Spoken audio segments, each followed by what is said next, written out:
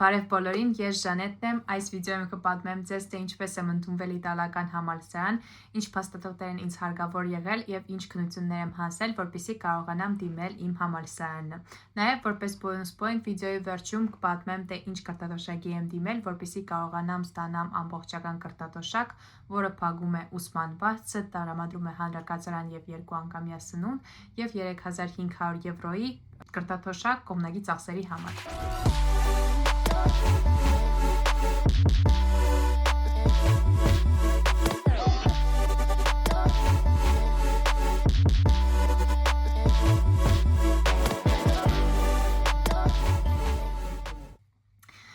Իմ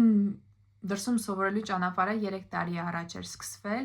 Ես սկզբում սովորում էի ամերիկյան համալսարանում ճարտարագիտություն, որը նույն ինժեներինգն է, ու հասկացա, որ ճիշտ ասած այդքան էլ չեմ հավանում overall բաժինը, չնայած որ համալսարանը լավն էր,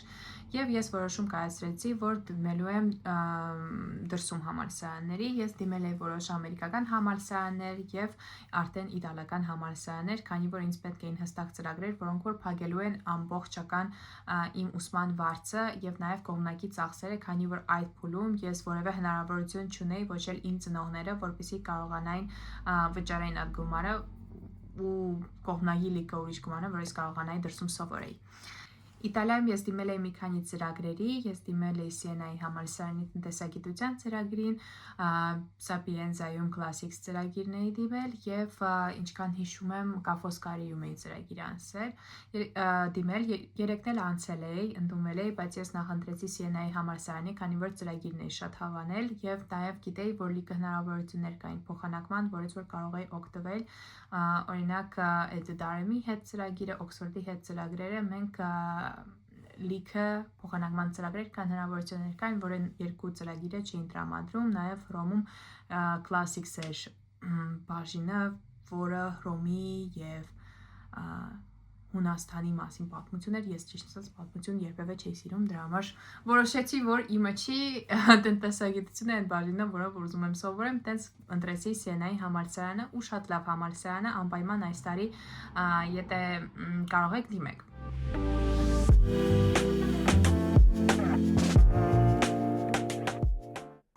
Ինչ փաստաթղթեր են ինձ հարկավոր եղել, որ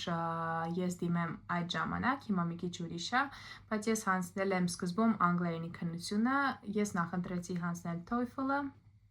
եւ ես ստացա 111 միավոր 120-ից, որը համապատասխանում է C1 մակարդակին, որպես Advanced Fluent մակարդակ է։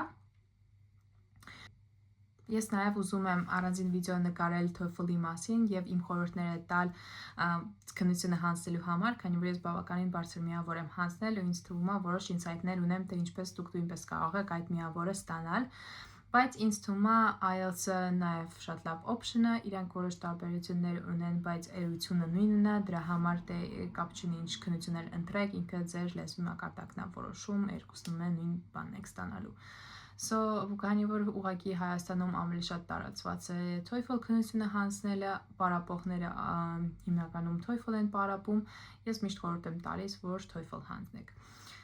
Okay, երկրորդը քննությունը, որ հանձնել եմ, առարկայական քննություն է եղել, TOLK-ը անունը։ Դա հատուկ տնտեսագիտական ծրագրերի համար է նախատեսված եւ ներառում է հետեւյալ բաժինները. Դա տեքստի անալիզն է, մաթեմատիկան եւ տրամաբանությունը եւ կենսաբանությունն ինչքան հիշում եմ։ Ես հանձնել էի այդ քննությունը, բայց նաև հետո, որ դիմել էի ծրագրին, նրանք առանձին քննություն անցկացրեցին արդեն դիմելուց հետո մեզ համար կազմակերպել էինք, որ մենք on-line միանայինք ու հանձնեինք այդ քննությունը։ Դա արվել էր նրա համար, քանի որ այդ տոլ քննությունները որ կան, որոնք որ հիմա արդեն իրական գոյություն չունեն ուրիշ քննություն այս տարվանից, դրա համար արվել, որովհետև այդ տարիներում լիքը մարդ չի դրանում, արտագրում էր եւ գնահատականները inflate էին անում անկապ տեղը ու այն երեխեքով, ովքեր որ արժանի չէին սովորեին կամ անցնում էին, ընդունվում էին համալսարանը։ Ես հանձնեցի այդ քննությունը, ես հավաքել էի 36-ից 31, որը նույնպես լավ միավոր էր, բայց քանի որ այնտեղ լիքը ուրիշ երեխեք կային, որոնք որ շատ բարձր միավորներ էին ստանում, սես cheating-ի միջոցով ես չկարողացա անցնել Բոլոնիայի համալսարանի ծրագիրը, որը նույն ծրագիրն է, ինչը Սիենայի համալսարանին է։ So դա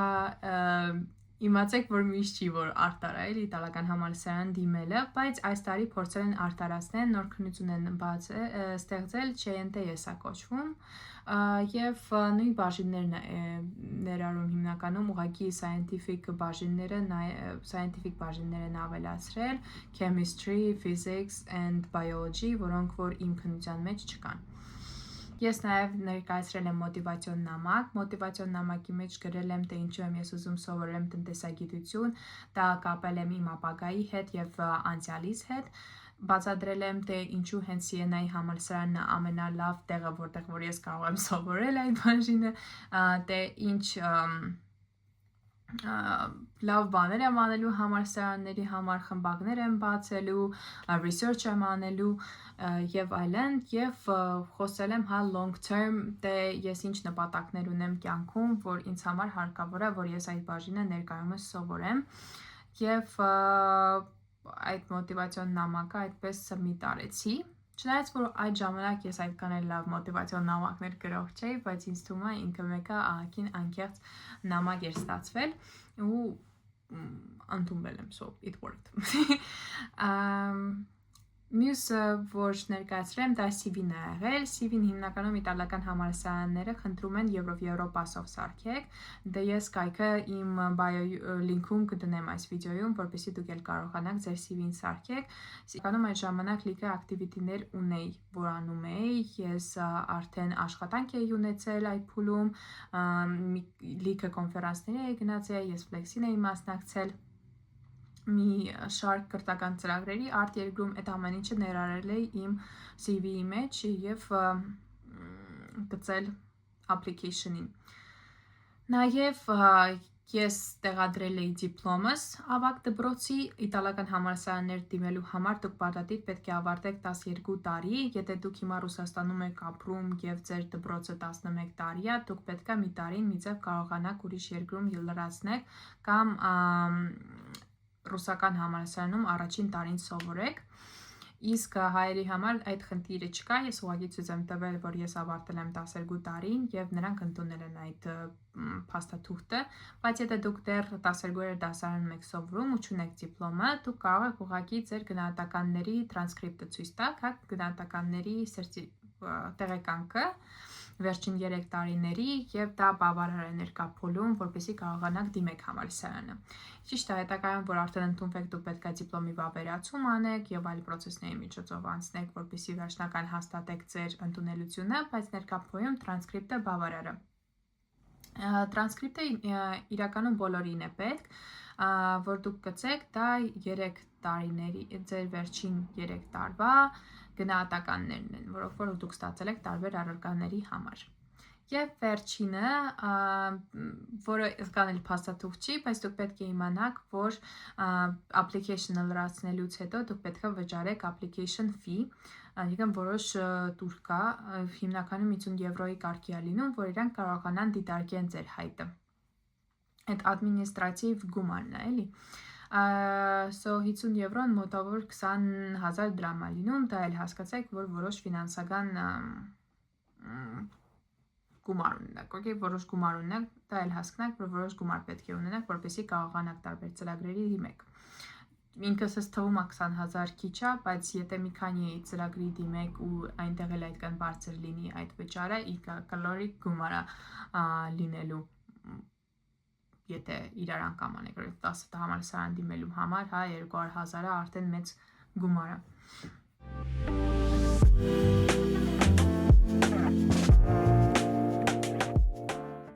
So, եւ ինչպես ձեզ ասեցի, իմ bonus point-ը այն է, որ ես այստեղ սովորում եմ ամբողջական կրթաթոշակով, ես ստանում եմ DSU կրթաթոշակը, որը հատուկ Տոսկանայում DSU Տասկանայ է կոչվում, այն փակում է իմ ուսման վարձը, ես ոչ մի կոպեկ չեմ վճարում իմ ուսման համար, ես ստանում եմ հանրակացարանում տեղ եւ երբ որ Իտալիայում եմ լինում այնտեղ եմ ապրում, ես ստանում եմ 2 անգամյա սնունդ, որը շատ համով է լինում եւ նաեւ լիքը կողքի կողքից մաշկեր, որոնք որ կարող եմ հետը ստանել տուն եւ հետո ընթացքում ուտել։ Ես ստանում եմ 3500 եվրոյի կրթաթոշակ, որը հիմա նաև գումարվում է իմ Erasmus-ի կրթաթոշակին, որի միջոցով որ ես հիմա Անգլիայում կարողանում եմ սովորեմ։ Դո ինքը իրականում ամեն պետական համալսարանի համար Իտալիայում կա այս կրթաթոշակը։ Դրա համար եթե տեսնեք, որ ծրագիր կա, որը հավանում եք, ուզում եք դիմեք ու այդ համալսարանը պետական համալսարան է, հաստատ իմացեք, որ այդ կրթաթոշակին կարող եք դիմեք։ Պետք է ուղղակի գրեք ձեր համալսարանի պետք է տեսնեք, թե ձեր համալսարանը որ ռեգիոնում է Իտալիայում գտնվում, օրինակ իմ համալսարանը Սիենան գտնվում է Տոսկանա ռեգիոնում, ես գրում եմ Տոսկանա, կողքը գրում եմ DSU, okay, ու ինքը search-ի բաժնում արդեն բերելու է հենց կրթաթոշակի անունը, թե ինչ է այդ ռեգիոնի համար։ Օրինակ Հռոմի ծրագրի համար, եթե Sapienza եք դիմում, դա լինելու է Lazio Disco։ Եթե գրեք Lazio, դա Հռոմի ռեգիոնի անունը, կողքը DSU, ինքը հետ ձեզ կբերի Lazio Disco կրթաթոշակը։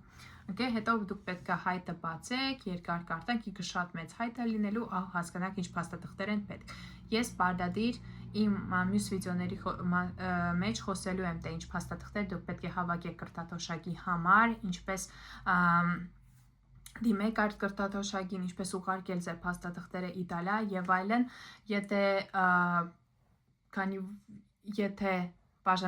բաժանորդագրվեք ինձ, ես անպայման այդ ամեն ինչը ձեզ կբացատրեմ, բայց ներկայացին ուղղակի իմացեք, որ այդպիսի կրթաթոշակ գոյություն ունի, որ դուք կարող եք դիմել ու անվճար սովորեք արտերկրում, ինչպես որ դա անում եմ ես։ Ոչ պետական համալսարանների վերաբերյալ նրանք նույնպես ունեն այդ կրթաթոշակը, բայց ոչ բոլորը։ Դուք պետք է հստակ ամեն ոչ պետական համալսարանի համար ստուգեք, նրանք ունեն DSU, թե չունեն։ Որոշները ունեն համագործակցություն, որոշները չէ։ Դա շատ specific information է, որը դուք ինքնուրույն պետք է ստուգեք։ Շատ շնորհակալ եմ, որ նայեցիք իմ վիդեոն, հույս ունեմ ես ձեզ որոշ չափով մոտիվեյտ եմ անում, որ դուք փորձեք ավելի լայն նայել աշխարհին, դիմեք տարբեր համալսարաններ, փորձեք կրթաթոշակներ ստանալ, որ դուք նույնպես կարողանաք անվճար սովորեք, եւ ես իմ մյուս վիդեոներում, ամենաշատ մյուս երկու վիդեոյում խոսելու եմ կրթաթոշակի մասին եւ ընդհանուր փաստաթղթերի մասին, որոնք որ ներկայացվում են իտալական համալսարաններ ընդունելության համար, այլ ոչ թե իմ անձնական փորձը։ Հույս ունեմ հավանել եք վիդեոն, անպայման լայքեք եւ բաժանորդագրվեք, սիրում եմ բոլորիդ, մինչև մյուս վիդեոն։